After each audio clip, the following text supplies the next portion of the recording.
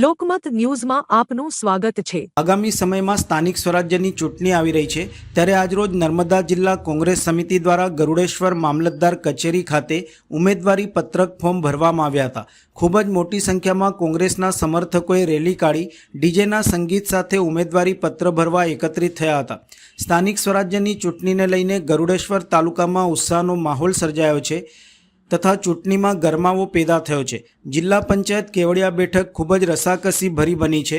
કેવડિયા જિલ્લા પંચાયત બેઠક પરથી નર્મદા જિલ્લા કોંગ્રેસ પ્રમુખના પત્ની અંગીરાબેન તડવીએ ઉમેદવારી નોંધાવી, ત્યારે કેવડિયા તાલુકા પંચાયત બેઠક પરથી ગણપતભાઈ તડવી, ગોરા બેઠક પરથી જયાબેન શૈલેષભાઈ તડવી, આમદલા બેઠક પરથી અશ્વિનભાઈ ઝવેરભાઈ તથા ઝરવાની બેઠક પરથી સુરજાબેન વસાવાને પસંદ કરાયા હતા। તેઓએ આજે પોતાનું ઉમેદવારી પત્ર રજૂ કર્યું હતું।